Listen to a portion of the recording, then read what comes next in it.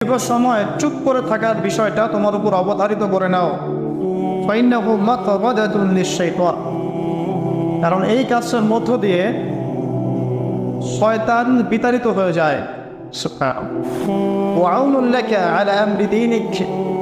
দীর্ঘ সময় চুপ থাকলে তোমার দিনের প্রতিটা কাজ করার ব্যাপারে আল্লাহ তোমাকে সাহায্য করবেন, বা দীর্ঘ নীরবতার ব্যাপারটা দিনের প্রতিটা কাজ করার ক্ষেত্রে তোমাকে সহযোগিতা করবে।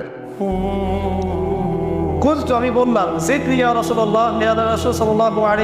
আমাকে আরো বাড়িয়ে দিন, আরো কিছু বলুন, আরো কিছু ওসিয়ত করুন।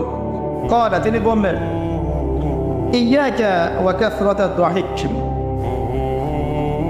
সাবধান থাকবে, বেশি বেশি হাসবে না, কারণ যারা অধিক